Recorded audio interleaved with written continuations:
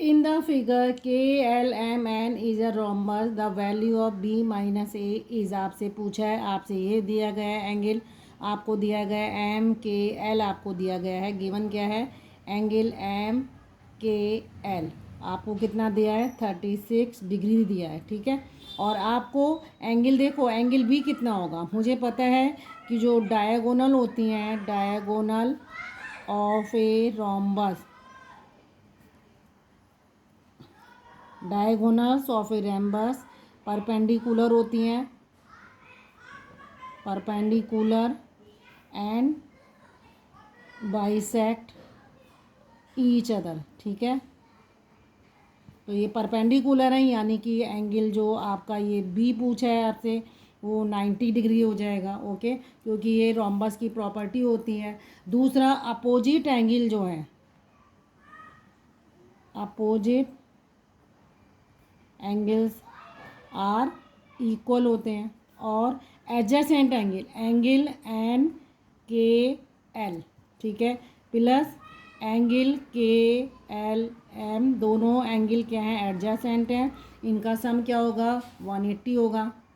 तो ये प्रॉपर्टी होती है कि एडजेसेंट एंगल का सम जो है रोम्बस में 180 होता है, ये आपका 180 हो जाएगा। और मुझे पता है कि ये हाफ है और ये आपका जस्ट डबल हो जाएगा, तो ये आपका कितना हो जाएगा एन के एल आपका कितना हो जाएगा 72 हो जाएगा, प्लस एंगल के एल एम इक्वल टू 180, और एंगल के एल एम आपने निकालना है 180 माइनस 72, ठीक है 72 डिग्री। तो इससे आप क्या करेंगे, तो ये आपका आ जाएगा, ये वाला जो पूरा एंगल है आपका 108 आ जाएगा।